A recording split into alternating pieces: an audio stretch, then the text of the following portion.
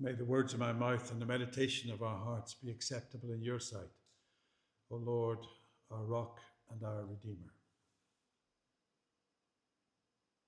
I don't know if you've read any of Terry Pratchett's books. They're quite fantastical and very funny. But one of my favorite quotes from him was, he was asked once why he had 3 screens attached to his computer. And he said, I don't have room for any more. But in one of his books, Going Postal, he has one of the characters say this: do you not know that a man is not dead while his name is still spoken? So keep saying it. And actually, it's an idea, it's a thought that has been around for quite a long time, particularly in a time of medieval times. The Germanic tribes believed that you kept someone alive, in a sense, by talking about them and sharing about them. Sarah Murphy wrote a poem called Just Say His Name, and I'm just going to read a short extract. No platitude do I want to hear, no empty words to hold him near. Say his name. I will not burst into tears. The hum of it is music to my ears. I will not crumble, but for the hush. Say it loud. Roar his name. Names matter. They come in and out of fashion, don't they? And it's amazing what some people actually call their children these days. But names really do matter. And one of the saddest things that I feel about the Old Testament people of God is that they got themselves into a position where they would not say his name. When you read, particularly the Old Testament, you'll have heard Chris read, and at the end of each bit it says, I am the Lord your God, or I am the Lord. Well, actually, the original Hebrew doesn't say the Lord. The original Hebrew says Yahweh, God's personal name. But it's become tradition, even in English translations, not to put that name in, or in older translations it would have been Jehovah. But the name in Hebrew is Yahweh. But the Old Testament people of God wouldn't say God's name because they thought that if they used his personal name, they might get it wrong and God might be angry with them. And yet the number of times just in this short passage where God shares his personal name with them, he says, I am Yahweh. Do this. I am Yahweh. He's saying, I am your God. I've told you my name. It's personal. And that's led to all sorts of problems. And actually, it's led to an attitude. It's led to thinking where a piece of land matters more than God himself. Where worshiping God is about living in a particular place and doing particular things rather than walking in relationship with him. And that's what God wanted from his people. He shares his name with them, and he shares his name with us. And he says to us, when you reap the harvest of your land, don't reap right up to the edge. Don't get every last scrap out of your crops, is what he's saying, whether it's grain or whether it's grapes. Why? Because something needs to be left for those who have nothing. He says, leave a strip at the edge as you go round. He talks in other places about not going through your olive crops a second time. Anything you left behind is for the poor and the needy, and they come in and they take it for themselves, and they take it home, and it supports them. What a wonderful way to support the poor, to support the foreigner, perhaps, who has no land and no ability to support themselves. He says, why should you do this? Because I am Yahweh. I am God.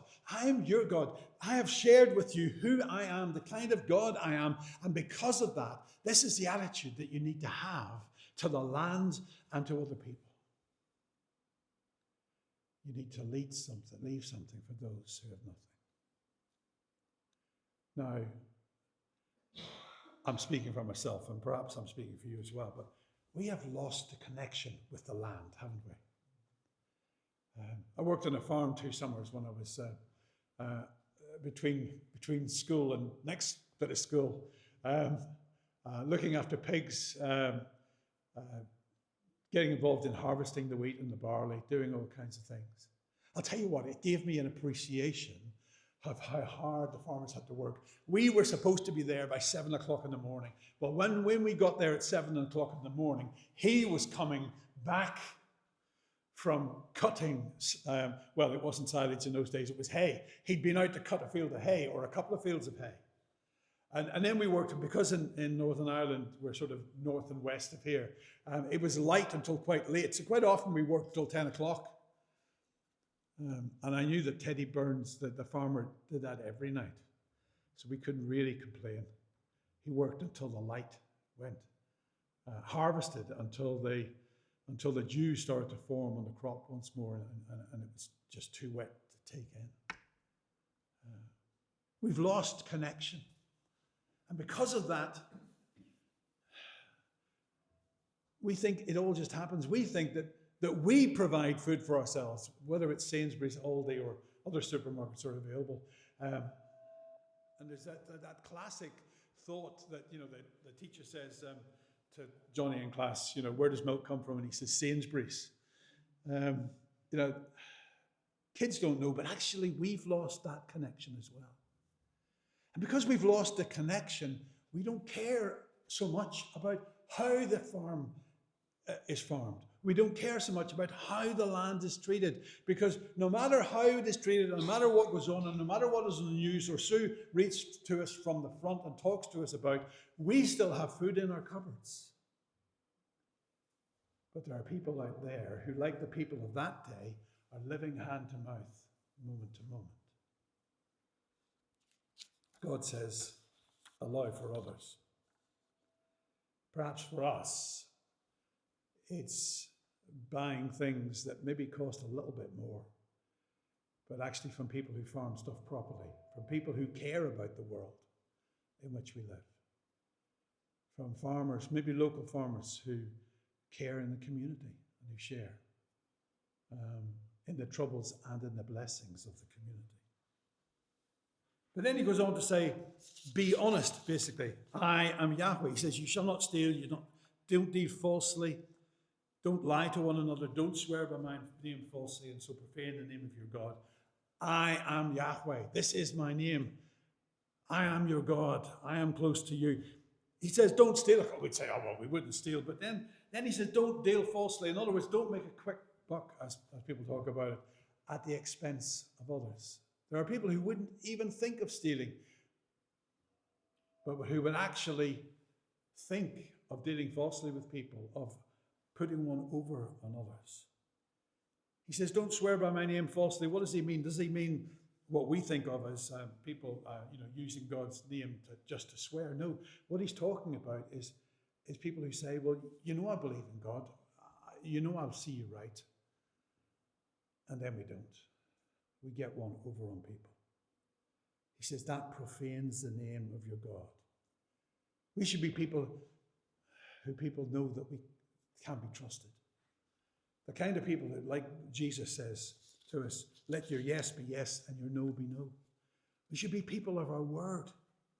Because people know that we follow God. People know that we belong to him. And what they think of us, they'll think of God too, and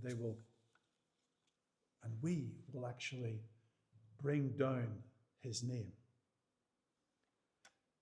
I think I've told you before about times when I've burned down fields or nicked something, or I was telling someone the other day that when we were young, fireworks were still allowed in Northern Ireland. They soon banned them. I can't think why, but they banned them. But we used to go up to this dump, and they used to dump all sorts of cardboard tubes in there. Me and my friend Russell and some others used to stick a rocket in the back of the cardboard tube, light it, and then fired at each other across the dump.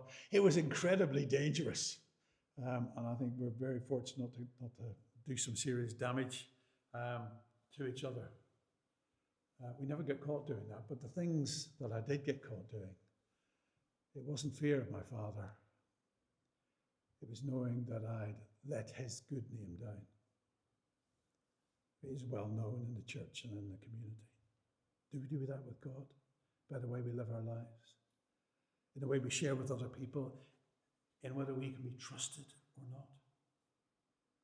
And then he goes on to say, you don't oppress your neighbor or rob him. The wages of a hard worker shall not remain with you all night until the morning. What's that all about? People lived moment to moment. People lived day to day.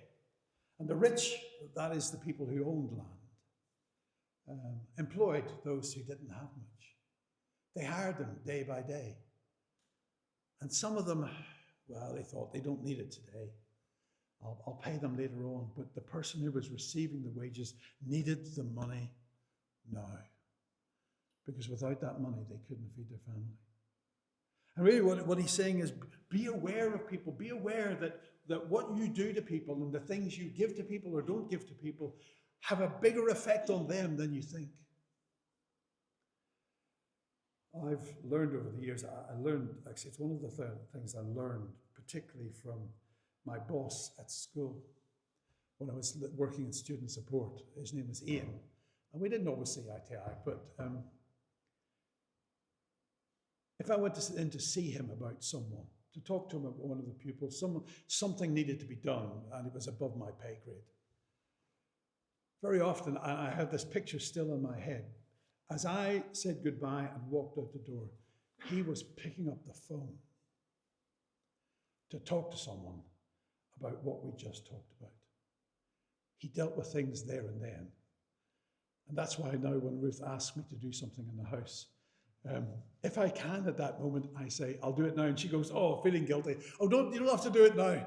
And I say to her, yes, I do, because if I don't do it now, I won't do it, because I'll forget. Don't let the wages lie overnight. If there's a good deed to do, if there's someone you need to help, if there's something you need to do that will change someone's life, do it now. It may seem like something small to you, but to them it may be the biggest thing in the world. Sometimes it's just a word, sometimes it's just a smile, sometimes it's coming alongside one, putting your arm around him and saying, right, we're going to face this together. Let's do this together. Don't put a stumbling block before the blind, but you shall fear your God. I am the Lord. Don't curse the deaf. Well, people might have thought, well, it's all right to curse the deaf because they can't hear you anyway. It doesn't upset them. If you say something and they can't hear you, then what good? What's the problem? Or a stumbling block in front of the blind. Why would you do that? Well, you see, they thought, and sometimes people still think it today, they tended to think that if you were blind or you were deaf, that God didn't like you, that you'd obviously done something to displease him for him to allow this to happen to you. And they think that it's fair game to do the same.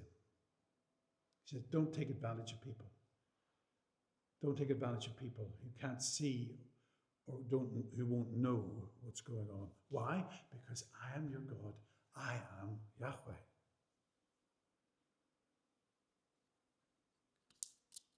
Do no injustice in court. Don't be partial to the poor or defer to the great. Don't bow down and say, oh, aren't you wonderful, to the people who can do you favors. But also he says, don't let those who are poor off just because they're poor. Our judgment needs to be righteous. The way we look at people needs to be real and honest. In the political world today, I don't like talking about him, and I won't mention his name, but there's certainly someone who's probably the pinnacle of this, of getting away with stuff. It seems that he can say anything he likes, do anything he likes, and no one, well, not no one, but a lot of the people who support him just support him anyway. He once said, before he was president, he said, I could go into Fifth Avenue, shoot someone in the head in broad daylight, and my supporters would still follow me. I'm beginning to think it's true.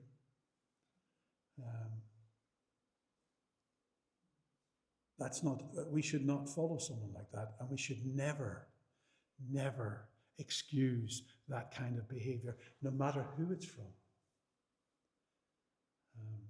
Perhaps with us, it's not him that's the problem, Perhaps it's our favorite child, our favorite aunt, our favorite cousin, that person who's been a friend for 50 years, and we let them away with things that we shouldn't. We should be challenging them.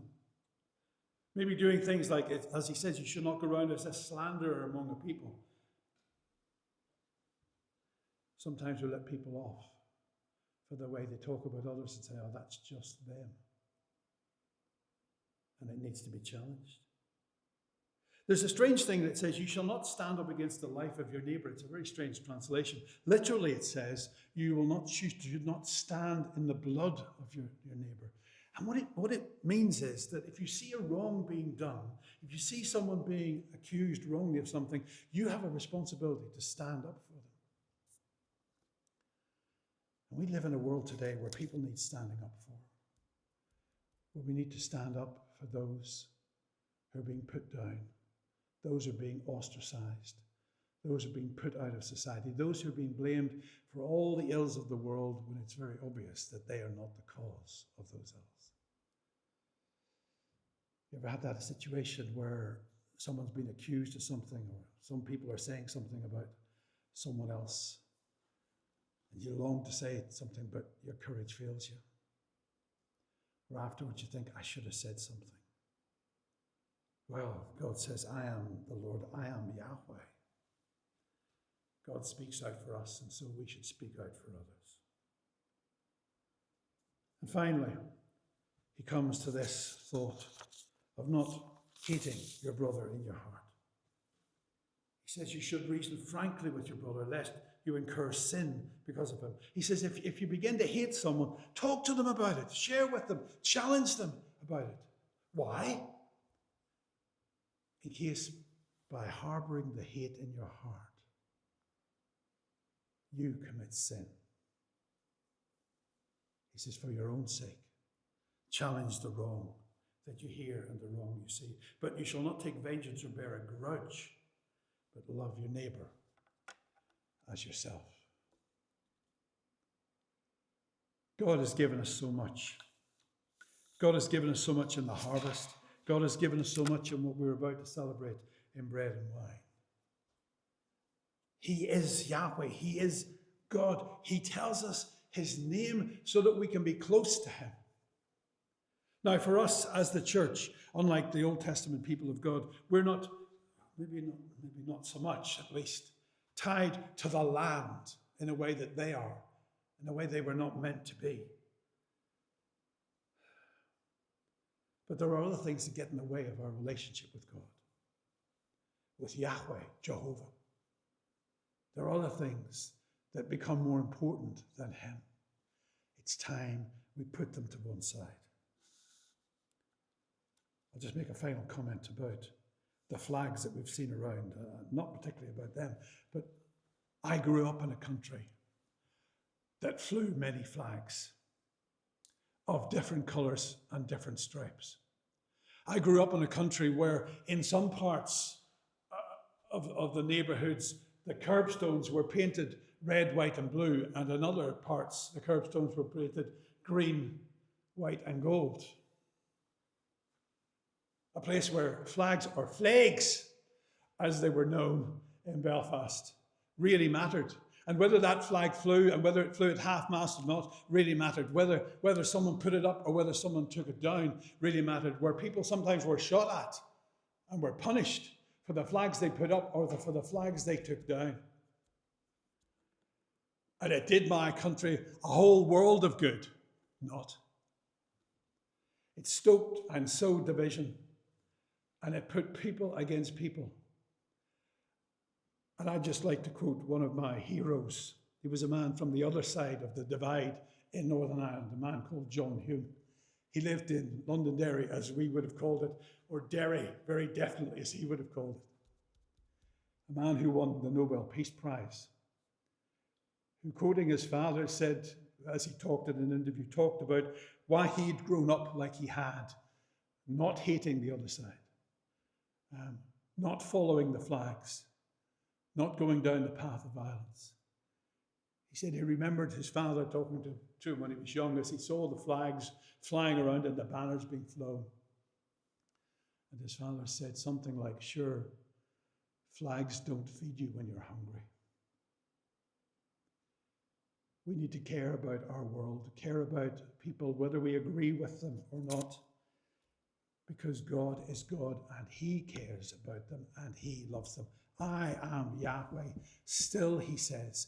And he says it to those who think that being English or being Irish or being Scottish or being Welsh is about flags, and those who don't. For those who feel greatly patriotic about all kinds of things and those who don't particularly care. He loves them still. He loves those we love and agree with almost perfectly, and he loves those with whom we disagree on almost every point of view. I am Yahweh, he says. He gives us food in the harvest, and he gives us his son to die on the cross.